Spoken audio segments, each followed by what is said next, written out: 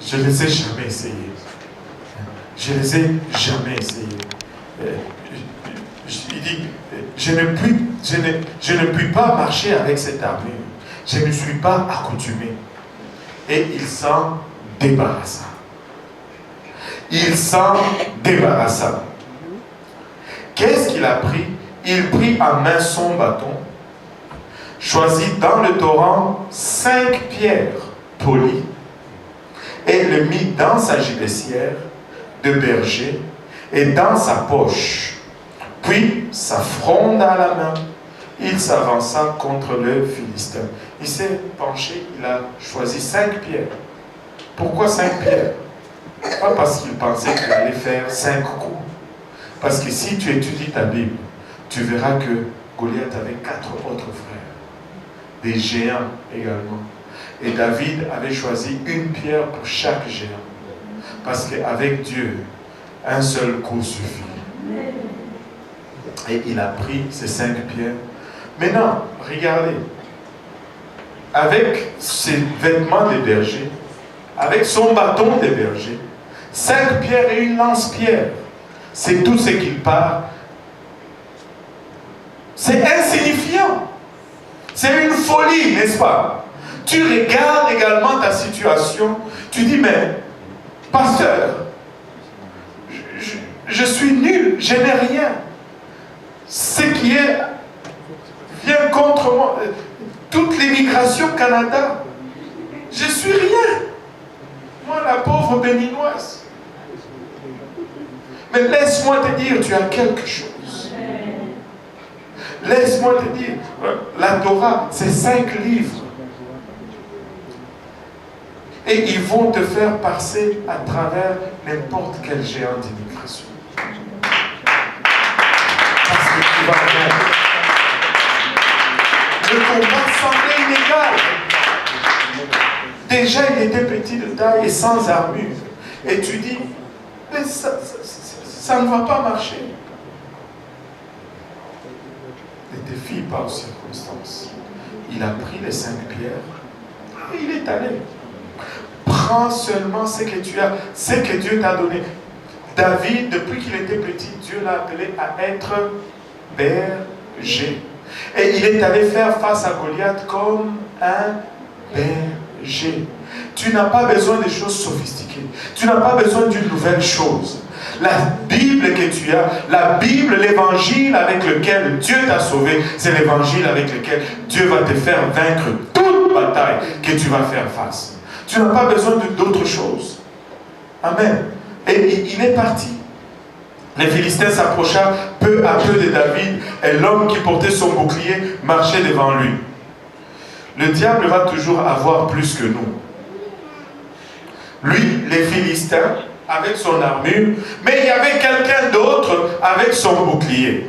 Quand Moïse était devant Pharaon, il a jeté son bâton, un seul serpent, mais les magiciens ont jeté leur bâton, plusieurs serpents. Le diable va toujours avoir beaucoup.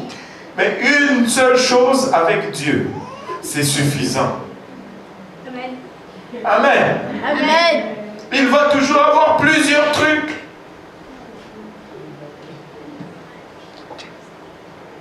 Une chose après l'autre, une chose après l'autre.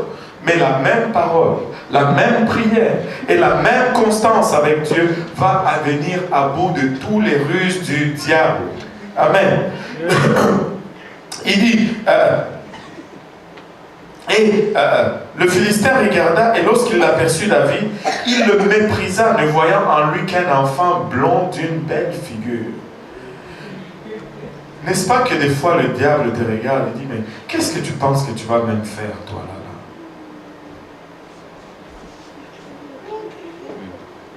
Il te méprise. Et le Philistin dit à David, suis-je un chien pour que tu viennes à moi avec des bâtons? Et après l'avoir maudit par ses dieux,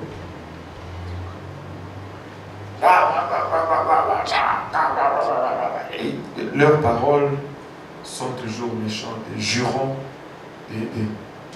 c'est la même chose qu'on entend encore. Il ajouta, viens vers moi. Et je donnerai ta chair aux oiseaux du ciel et aux bêtes des champs. Waouh! L'intimidation.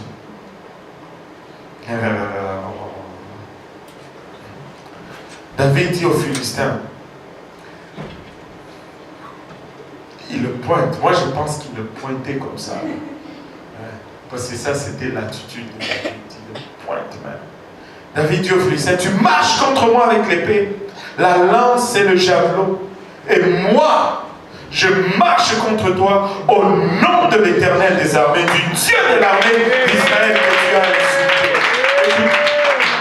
Ton problème a commencé lorsque tu as choisi le mauvais camp. Ton problème a commencé lorsque tu t'es dressé contre le seul et l'unique véritable Dieu. Écoute, si tu es du côté de Jésus-Christ, tu sortiras toujours vainqueur. Si tu es avec l'Éternel des armées, peu importe ce qui vient devant toi, tu sortiras toujours vainqueur. Peu importe ce que l'ennemi met devant toi, alléluia, il peut venir avec telle ou telle ruse, telle ou telle arme, alléluia. Mais il est du mauvais côté. Nous servons l'Éternel des armées. Alléluia, nous servons l'Éternel des armées. Écoutez, David à son époque, il n'avait même pas encore la révélation de quel était le nom de cet Éternel des armées. Mais nous ne pouvons pas aller, nous n'avons même pas besoin d'aller devant notre ennemi en faisant référence au nom. Nous pouvons citer le nom. David ne pouvait pas dire Jésus, mais il pouvait dire au nom de ces dieux-là. Et ça a produit les résultats. Combien d'avantages, nous aujourd'hui, nous pouvons dire au nom de Jésus-Christ. Et des fois, nous sommes tellement paralysés, nous sommes tellement intimidés. Ce n'est pas une coïncidence que lorsque le diable vient t'étrangler la nuit, Jésus,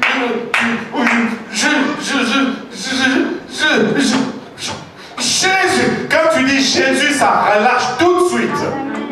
Mais il veut t'empêcher de dire ces noms-là. Si nous pouvons juste apprendre cela, si nous pouvons réaliser qui nous sommes, si nous pouvons réaliser que nous sommes des princes, nous pouvons battre nos pieds à terre, nous pouvons refuser toute intimidation et nous pouvons invoquer le nom de l'Éternel des armées. Oh Seigneur, aide-nous, papa.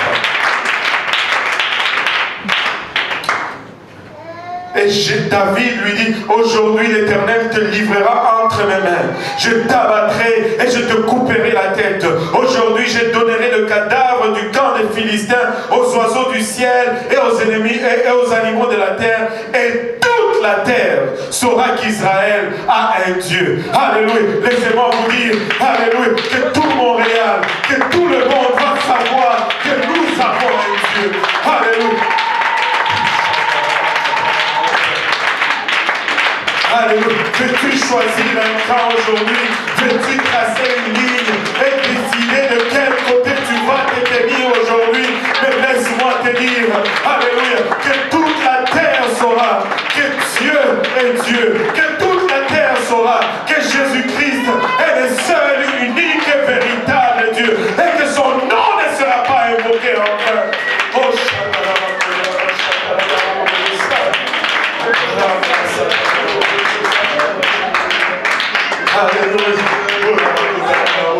le sort, alléluia, que cet ennemi, le sort que ton ennemi te réserve, c'est le sort auquel il se prédestine lui-même. Mais tu dois rester, alléluia, avec l'Éternel des armées. C'est Goliath lui-même qui a décidé ce qui va. À chaque fois que l'ennemi vient te déranger, te narguer, tu lui dis, ce que tu déclares, c'est ton sort. Parce que nous retournons l'arme de l'ennemi contre lui-même. Et aucune arme forgée contre nous ne prospérera. Alléluia. Et au verset 47, il dit, et toute cette multitude saura que ce n'est pas par l'épée, ni par la lance que l'Éternel sauve. Tu regardes à des moyens futiles, de moyens matériels, de moyens naturels. Mais ce n'est pas par ces voies-là que Dieu va apporter la délivrance. Car la victoire appartient à l'Éternel. Et il vous livre entre nos mains aujourd'hui. Aussitôt que les Philistins s'est mis en mouvement, regardez ceci. Goliath est là. Il voit David qui parle. D'abord, Goliath parle. Il se montre avec toutes ces choses. Mais David dit, je ne veux pas avoir peur. Tout ce que tu as dit sur toi-même. Sur toi-même, au nom de Jésus-Christ. Et David est là. Tout ce que tu as dit sur toi-même, au nom de Jésus. Et Goliath, qui est de ces côtés-là, il se dit maintenant, écoute, cette intimidation n'a pas marché. On va faire quelque chose de plus. Pensez pourquoi Goliath avance. C'est pour que David ait peur, qu'il se dise, oh, maintenant ça devient sérieux. Mais nous devons changer d'attitude. Nous devons changer d'attitude. Aussitôt, que tout le monde dise aussitôt. Aussitôt que les Philistins s'est mis en mouvement pour marcher devant David, David ne s'est pas mis en mouvement. David courut.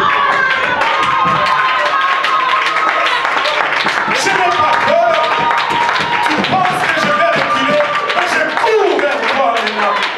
Je cours vers toi maintenant. Je suis prêt pour la bataille. Alléluia. David courut sur le champ de bataille. David n'a pas marché. David a couru. Alléluia. Vers le champ de bataille à la rencontre du Philistin. Écoute, il n'est pas temps. Ce n'est pas le moment de battre retraite. C'est le moment de courir vers notre champ de bataille. Parce que de toute façon, si je bats retraite, je vais mourir. Mais si je m'avance, je peux oui mourir. Mais alléluia, laisse-moi vous dire, mon Dieu va faire mourir mon ennemi. Parce que d'une façon ou d'une autre, un de nous doit mourir.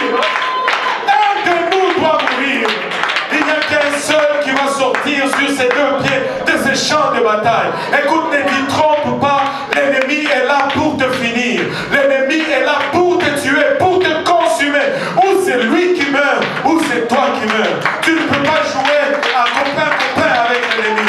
Tu ne peux pas jouer à coussi-coussa avec l'ennemi. Ou il meurt, ou je meurs.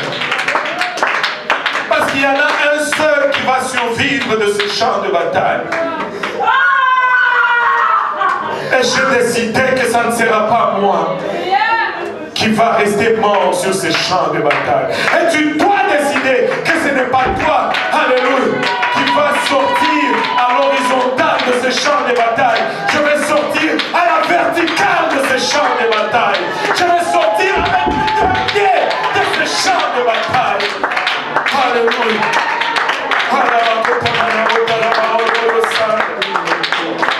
David courut sur le champ de bataille. Il est temps que tu changes ton attitude. Il est temps que tu commences à courir vers le champ de bataille. Parce que cette bataille ne va pas s'éloigner de toi. Cette bataille va venir là où tu es. Alléluia. Alors, si tu retraites, la bataille va avancer. Si tu recules, la bataille va gagner du terrain.